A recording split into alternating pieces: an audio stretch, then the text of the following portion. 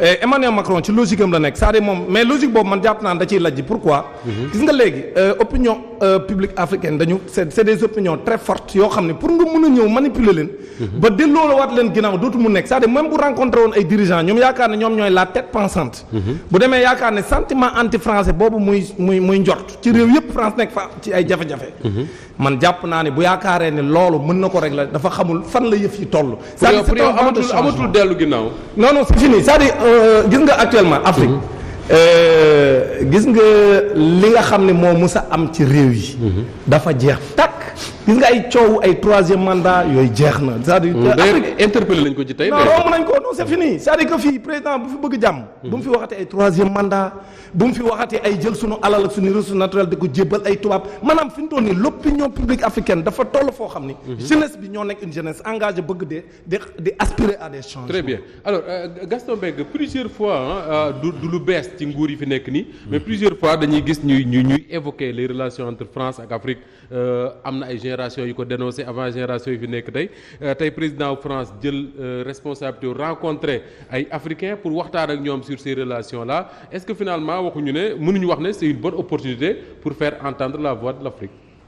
Ah si, bien sûr, c'est une très bonne opportunité pour faire entendre la voix de l'Afrique. Bon, mais tey relation France ak pays africains yu bëri loolu dafa yàgg. ndax dañuy wax ni France dañu jox sax indépendance. donc ñoo nu colonisé woon affaire bi pour mu deñ du taxaw rek di def ay activité moo ko mën a dindi. Macky Sall. activiste la comme yéen. activiste la comme yéen. non man duma activiste. non activiste la activiste mooy ku bëgg a liggéey ku bëgg a soppi réewam rek. ak kuy wax li mu xalaat. mais nag du tëb rek parce que nit ñaa ngi wax mu tëb def benn forcing. parce que nag France du xale aussi. du ay xale. ñun am nañu maqaama. mais est-ce que problème bi du loolu Gaston c'est-à-dire que ragal gi suñu njiit yi ragal France. yaakaar ne bu ñu posé acte rek. non du ragal mais du ragal mais lépp loo gis dafa am noo koy doxalee. d'accord. doo ñëw rek jaay doole wala wane ni man guerrier laa li ngay wax yow soo ko fi defee te ñoom bon ñoo ëpp doole mais ëpp nañu doole parce que ñoom su noppee alal yi ëpp nañu xam-xam. grande puissance yi. respecté nañu trop pays africains yi. surtout Sénégal respecté nañu ko trop. mais itam nag aussi doo ñëw rek réew mi dénk la Sénégal. nga taxaw bëgg a defi benn forcing ak benn grande puissance. waaw réew responsabilité la. responsabilité moo koy yor. Macky Sall responsabilité lay doxalee. day naxante dana maslaa ba am li mu bëgg dafa ko fii benn bévi boo xam ni tey dafay lor Sénégal su ñuy wax ay France dégage yi ñuy wax ak yooyu yëpp mais li fi France indi ñun mënuñu ko indi suñu bopp ñun xaalis bi nu am ñun liñ jox France mu yóbbu nag mais dama ni ci ñun laa wax ba pare ñun amuñu esprit de solidarité ni esprit boo xam ne pour liggéey ànd liggéey tey boutique yi ay Auchan yi ay sénégalais mën nañu ko ubbi. waaw su ma indi woon li ma am Sénégal yëpp indi li ñu am. mais bien sûr ñu liggéey ko. oui mais mënuñu koo liggéey amuñu kenn wóoluwul sa morom amuñu xol bi néeguñu ko. mais foo dem tey bëgg dem laa jógee États-Unis foo dem tey. États-Unis ay indien yooyu rek a fa nekk. dinaa ñëw si sa États-Unis boobu sax ay yooyu fa nekk. mais nit ñi ko nangoo liggéey dañ leen di bàyyi permettre leen ñu liggéey ko tey yi fi nekk tey tubaab yi indi ko fii. mais nen daan jaayee au moins indi nañu ay léegi nit ñaa ngi lekk lu sain et tout ça kenn juugatul ci mbedd mi di jaay mais loolu ñun mënoon nañu ko. suñu ko defoon France du fi ñëw. d'accord alors Pape Makhtar Gaston wax lu am solo quand même moo di ne c'est bien de taper sur la France. dañ fiy ñëw jël lii les relations dañ ko xoolaat mais également li mu wax te am solo mooy bari na ñu France di def ci suñu réew yi xëy na buñ ñu bàyyi woon ñun suñu bopp rek duñ ko mën. réew moo xam ne benn réseau supermarché bu baax sax mënuñu ko defal seen bopp suñu France ñëwee tijji fi ay supermarché finalement ñi sant Njaay ak yooyu enfin dañuy kontaan quoi. waaw mais tey jii moom mii Gaston bu ñu ko joxoon même possibilité yi ñu jox Auchan mu ubbi waxuma la benn supermarché dina ubbi ay centaine de supermarché donc opportunité yi ñuy jox étranger bu ñu ko joxee sénégalais nga xam ni même mise bi mi ngi fi mais maanaam matière grise bi mi ngi fi mais xam nga tey jii sommet bi man lu ma ko jàppee c'est-à-dire France dafay manœuvrer boo xoolee tey jii sous région bi daf ko commencé échapper tey boo xoolee fi mel ni Mali acte bi nga xamante ni surtout Algérie da ko posé seen ministre bi nga xamante ne mooy chargé des affaires étrangères dem visite officielle fekk ji président bi nga xamante ni mooy président par intérim ci Mali. Absolument. donc daf leen obligé ñoom ñu jéem a xoolaat beneen approche boo xamante ni nañ koy jéem a defee. lan la ñuy xool parce que ñoom dañu jàpp ni que ni ñu ko doon waxee seen maam yi ni ñu ko doon waxee mooy que l'émotion est nègre. nan la ñuy jàppee mooy jël benn Pape Makhtar teg ko mu toog di wax. La raison est hélène. voilà man li may njëkk a poser problème. mooy le fait que ñuy naan dañuy def sommet entre France benn pays ak Afrique un continent. France mooy kan ba ñuy toog di naan dañuy def sommet entre un pays et un continent xanaa kay sommet bi bu ñu bëggoon loo xamante ne day nekk gagnant-gagnant diggante Sénégal lay doon ak France. wala diggante Côte Union d'Ivoire lay doon européenne ak Union wala africaine. Union européenne ak Union africaine mais mënuñu ni France ak Afrique France déjà dafa prétentieux di naan dafay def organiser benn sommet boo xamante ni dafay jéem a xalaat ci Afrique Afrique c'est un continent nañu bàyyi di réfléchir comme Afrique benn genre pays boo xamante ni ay savane fi nekk ay xaj fi nekk. mais Pape Makhtar c'est ça le problème c'est-à-dire que tey ay doomu Afrique ñoom ñooy dem ci Emmanuel Macron di ko wax comment il doit enfin nan la war a jàppale suñu réew yi troisième mandat nangam ak nangam est-ce que su fekkee ne ñun dañuy revendiquer cette indépendance là on a besoin dem di wax ak France pour régler nos problèmes internes. mais c'est ça c'est-à-dire gis nga mooy li ma la wax rek ñoom dañuy xool lan nga xamante ni moom nañu bëgg mooy indi benn Pape Makhtar mu wax ñu ne tàcc ko ni jël image yi di ko partager naan kii défier na France wala wax na li nga xamante ni mooy parole jeunes yi parce que seen colère la fallait que mu exprimer na ko. alors que suñu colère leen la mooy ingérence bi déjà mu commencé ci ñu respecter Afrique en tant que continent. Afrique en tant que continent bu amee interlocuteur. kenn la mi Union européenne en tant que union boo xamante ne bu rassembler la ay pays. mais mënuñu ni tey jii Afrique en tant que continent benn dëkk boo xamante ne France la toog di leen naan dañuy toog di xalaat man loolu déjà rek problème la ci man mënoo fa dem di ko légitimer et malheureusement dañuy jël ay nit ñoo xamante ni seen cause dafay noble. lu ñu fay wax aussi ak lu ñu fay def dafay nekk ay mbir yoo xamante dañ koo gëm. mais dañ leen di utiliser pour jéem a comme ni ñu ko defoon ci franc CFA bi dañuy jël chaque fois benn prétexte boo xamante ni nit ñi dañ koo bëgg te dañ koo gëm. mooy fexe ba franc CFA bi jóge fi mais dañ koy récupérer jaar ci suuf def ci li nga xamante ne mooy seen yëfi caaxaan yooyu. mais je pense que ni tey jii waroon nañu mën a toog di xalaat diggante Sénégal ak France wala diggante Mali ak France mais ñu arrêter di réfléchir en tant que Afrique boo xamante ne benn continent la déjà ñun suñu union problème la bu ñu toogee fee dañuy naan dañuy waxu sommet ay union Afrique ak France daf may gën a poser problème. Awa Diom Ndiaye si quelque part Emmanuel Macron soxla di rencontrer la société civile africaine ci sommet bi mel nii peut-être xëy na dafa xalaat ne li mu doon wax ak chef d'État yi ça ne règle pas le problème. Moustapha parce que généralement dañ daan gis mu recevoir les chefs d'État africains wax ak ñoom mais tey c'est les Africains bu ñu ko mënee wax ak ñoom la jàkkaar loolu. mais xam na ne instant bi les jeunes africains dañu yeewu toppatuñu ci seen chef d'État yi ñu takkal leen ay. amuñu benn complexe fii ngeen di xoolee wala lii ngeen di waxee. mais Moustapha dafa am fenn foo xamante ne Pape Makhtar daf ko wax bërki démb ci plateau bi yaakaar naa ne Issa fekkee na ko bi ñu koy wax. benn continent di waxtaan ak benn dëkk. déjà loolu rek mooy c'est aberrant. beneen bi moo di ne wax ma ban colonie française rek moo développé ci Afrique. par rapport aux colonies anglophones. waaw ñi fi tane ak ñëw mooy ñi anglais yi colonisé woon de ñi fi tane gis néew. ñi fi tane waaw. muy benn problème boo xamante ne tamit war na tax nit ñi xaw a yeewu parce que soo xoolee tey am na dëkku Afrique yu bari léegi ñi ngi dem ci Commonwealth bi. waaw loolu lan moo ko indi. defe naa Gabon moo ci mujj bu yàgg. loolu lan moo ko indi. muy benn problème boo xamante ne dafa jot li ñu naan indépendance ñu affranchir carrément ci li nga xamante ne moom moo di France. comment faire dagg cordon ombilical bi ku ne dem. France Afrique lay rootee. tey ñun ressources yi ñu am au Sénégal rek. France tey dañu ñëw di tibb. soo xoolee société française yi nga xamante ne tey jox nañ leen fii waax bu bari boo xamante ne. ñoom si la ñuy suqalikoo soo xoolee bi ñuy wax terre bi kan la ñu joxoon pour mu defal ko société française boo xamante ne mi nekkoon à l'agonie. daanaka tëjoon nay bunt pour ñu suqaliwaat ko mu nokkiwaat Sénégal la ñëw. ñu dooleel ko jox ko suñu ay koppar. mainmise boobu moom moo war a jeex ci Sénégal te yaakaar naa ne les Africains rawatina jeunes sénégalais yi société civile bi ngay wax yeewu nañu yeewu goo xamante ne tey jii décision dootul jóge ci chef d'État te li gën a ñaaw moom moo di ne da ngay xool Sénégal chaque jour dañ naan candidat bi mooy candidat de la France.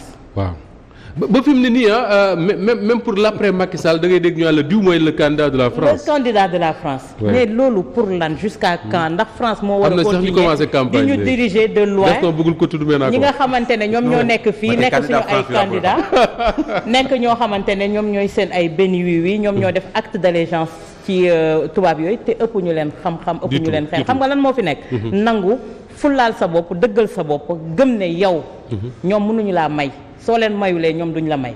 d'accord alors Mame Birame ñu bëri dañ doon ñaan la mort de la France Afrique ni ñu koy waxee xam naa dinañ ci ñëwaat ci kanam ak tuuti bu ñuy wax diggante fisc ak des médias mais fan yii je ne sais pas ba xam bàyyi ngeen ci xel mais y a les comment on dit là Pandora Papers Dominique Strauss-Kahn mooy waajoo ñu fi jàppoon ne dafa doon violé benn Guinéen fële ca New York ñu ne ñëw na fii ci Sénégal dajal na fi daanaka lu jege genn wàll milliard ci palais bi bu Macky Sall bi jël ko yóbbu fayu ci dara ci impôt est-ce que loolu warul doy sëkk pour ñu dagg li nga xam ne moo dox ci diggante France ak Sénégal gi ñu ne pour ne pas dire l'Afrique. waaw mais pour man ak histoire Dominique Strauss-Kahn bi c'est un peu différent. loolu nekkul politique état. loolu Macky Sall moom moo jàpp ne war naa neexal Dominique Strauss-Kahn ñu jaarale ko noonu mais loolu ça n'a rien à voir. neexal pourquoi. Mais bien sûr parce que yow bu ñu la joxee un marché boo xamante ne nii. amul lenn la nga xamante ne di nga ko def fay la ay xaalis bu bëri mais neexal la en quelque sorte. donc fan la ko teg ak lan lay séntu ci ginnaaw loolu moo nekk questionnement bi. mais dans tous les cas man dama ne moom lu mu seq ak le président Macky Sall te le président seq ko ak d'autres personnalités yoo xamante ni véritablement seen parcours ak seen i jaar-jaar ak seen i activités yi ñu nekk ni présentement sax. ñu si bëri dañ ciy tey parce que pour ñoom jaarul yoon. cité nga Dominique Strauss-Kahn mais Tony Blair nekk l'ancien premier ministre anglais. Macky Sall recevoir na ko dernièrement bañ ko falee ak léegi je pense que mois d'octobre bi la nekk seen 4 rencontres alors que c'est vrai que Tony Blair ancien premier ministre Angleterre la. mais lu ñuy wax ci lobby vente d'armes yi muy dugg ak lobby yi nga xamante ni affaire de santé la boo xamante ni kenn xamu ko ci dafa bëri te nit ñi ñu ngi ko ciy tudd. mu nekk un point maintenant par rapport ak France-Afrique. man xam nga en 2007. le président Nicolas Sarkozy dafa ñëw Sénégal.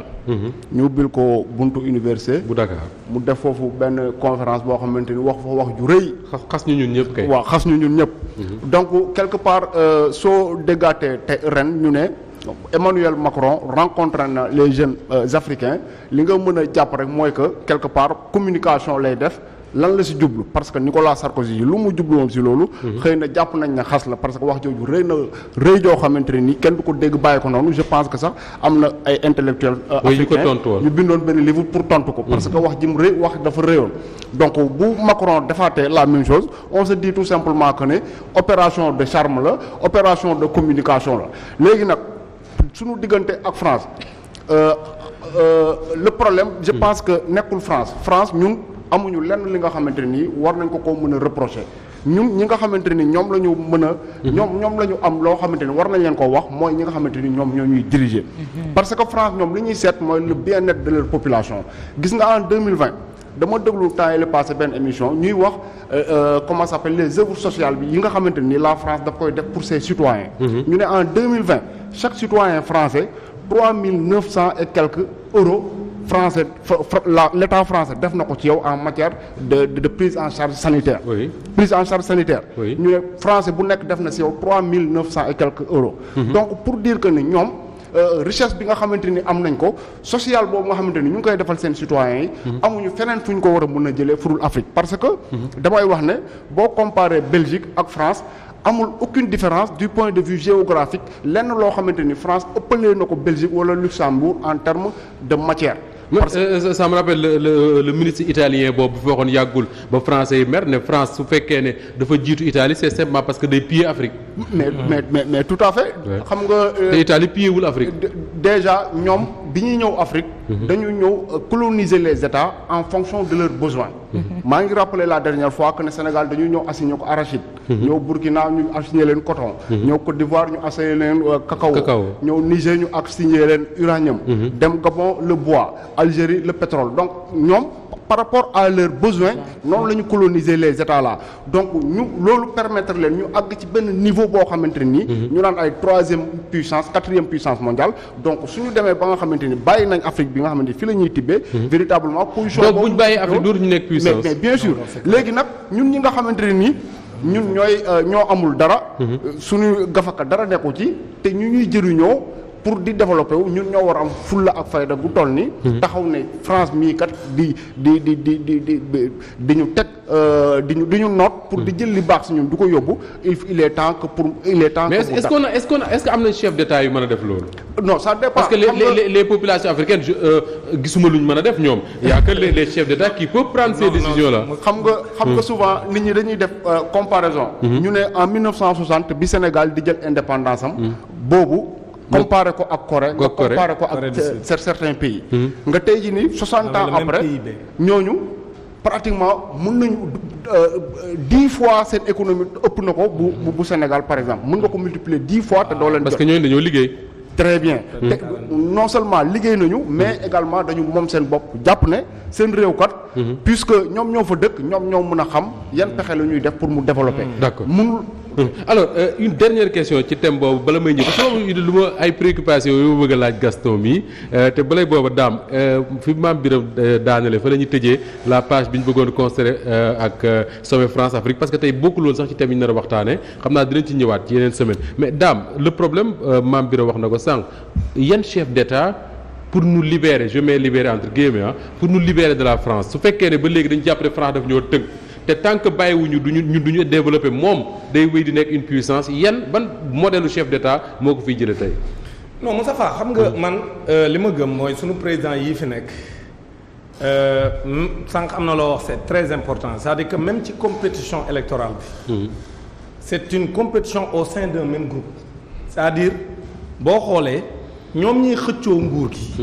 ñu ëpp ci ñoom wuutewuñ ak ki koy xëccoo camp ñoo bokk camp. léegi aujourd'hui man yaakaaratuma ko ci dirigeant yi xam nga fu ma koy xaar man ci peuple yi su may waxee yaakaaruma ko ci dirigeant yi mooy dirigeant yi nga xam ni ñoom ñoo donne nguur gi ca depuis 1960 parce que lii xew nii depuis la période de l'autodétermination musta changé c'est-à-dire que boo fàttalikoo au sommet de Cotonou au congrès de Cotonou bañ fay jógee ñoom président d'Afrique yi dañu d'accordoon ni dañuy dem à l'indépendance lii Sénégal di def ak Côte d'Ivoire du lu bees lu ñu donn la. ah oui loolu du lu ñuy werante. le président Senghor pour ne pas dire le mot yàgg nañoo le président Senghor et le président Houphouët ñoo njëkk a trahir l'Afrique. ñoom ñoo jógee moo boobu laa doon bañ. ñoom ñoo njëkk a jógee. ci congrès bi ñëw Sékou Touré taxaw moom wax ni man xam nga ñu bëri dañuy fàtte ni Sékou Touré li mu def mais loolu lañ digge woon ñoom ñëpp au congrès de Cotonou. moom la ñu waxante woon. loolu lañ waxante. Sékou Touré ñëw dem moom dëggal boppam ñoom président Senghor wor président Houphouët wor kon ñun Sénégal tey bu ñu nekkee ci Afrique bëgg a am écho CEDEAO ñaari réew ya waroon ca période autodétermination ba tey seen ñaari président wora mais Senghor mënoon na ko daam parce que boo xoolee jamono jooju tubaab yi ñoo doon jàngale université hôpitaux yi tubaab yi ñoo ci nekkoon Sékou Touré bi mu jëlee indépendance am gis nañ ni ñu ko def mooy daanaka dafa mel ni dañoo summi Guinée la nga xam ne moo fa nekkoon kenn ñu bari nañ problème Guinée ba léegi foofu la jógee voilà mais ba ñuy dem dañoo yàq lépp dama ne la seen i tool sax dañ koo lakk ñoom tubaab bi ba ñuy dem ba ñuy jógee Guinée loolu kon bu ko Sénégal booba xam nañ ko woon yeneen réew yi ne leen lii Guinée def bu ngeen ko defee dee ngeen lii moo leen ci maanaam dañoo yàq administration ba ñuy dem parce que France moo yoroon l'administration coloniale en Guinée comme ni mu ko yoroon au Sénégal comme en Côte d'Ivoire ba ñuy dem lépp lu doon seen i entreprise dañ koo yàq te doog a dem pour yàq Guinée salfaañe ko ba Guinée nekk ci difficulté yi nga xam moo ko topp ba heure bii. maintenant ma yokk ci daam le plus grave bu Guinée demee ba créer monnaie boppam. ne day def monnaie boppam ñu créer ñoom ay faux billets yu dul jeex. voilà injecté ko dans l'économie guinéenne pour rey ko xam nga. mais bu ñu gisee finalement que ni je ne sais pas 60 ans après li Sénégal tane Guinée bariwul. on aurait dû faire comme ça. non Sénégal wut sax tane Guinée parce que Guinée Sénégal ëpp ko ay koom-koom. waaye maanaam jafe-jafe bi ñu am rek. mooy Sénégal moom li mu am. stable yeneen réew yi am ko mooy comme noo waxee suñuy dirigeant dañ fee nekkalul askan wi. encore une fois. xam nga li ngay wax noonu pour mu soppeeku askan wi man laay wax du ma président yi de. askan wi ñoo war a am fulla gis nga bëñ buy metti ngay faj wérul da nga koy wekki sànni. da nga bëgg ñu wekk classe politique bi sànni. waaw dañ leen di wekk sànni xam nga lu ma gëm. daam mooy il faut ñu wax une nouvelle classe politique.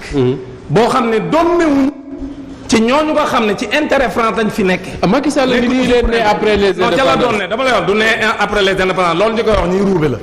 président Macky Sall li mu doon lépp ci loolu parce que président Macky Sall damay fàttali rek li Idrissa Seck waxoon. oui Idrissa Seck dani il a tous les défauts de Wade et aucune de ses qualités. waaw loolu waxu Idrissa Seck. gis nga moom Macky Sall. li muy def nii lu muy tari la. Ablaye Wade. lépp lu Macky Sall di def maanaam xam nga leen rek la Ablaye Wade peut-être am na ay yërmande yu mu daan def yu Macky deful Macky moo gën a machiavélique mais la seule différence foofu rek nga ko mën a gisee. mais lépp li muy def lu mu jàngee ca tante ba ko Ablaye Wade tantaloon. ca lay taree tey. donc man ci gàttal daal man xamal ñu may interpeller. le peuple ce sont les peuples africains ñoom laa gëm ni. jot nañu fer ay nax. mënuñoo kon ne même oligarchie bi di contrôler le pouvoir en Afrique. di def lu leen neex ci intérêt Sénégal et te comme ni nga ko waxee sànq. Afrique ñi gën a dellu ginnaaw mooy ñi France colonisé woon. Afrique ñi jiitu ñëpp boo jëlee Afrique anglophone ak Afrique francophone amul benn pays bu nekk Afrique francophone boo xam ne dina nekk ci peloton de tête bi ñun ñëpp ñu ngi ci ginnaaw tout simplement xamul tax bi colonisation bi jeexee ba léegi France wàccuñu alors que ñoom ñu leen colonisé woon dañ leen a wàcc. très bien Dame Mbodj.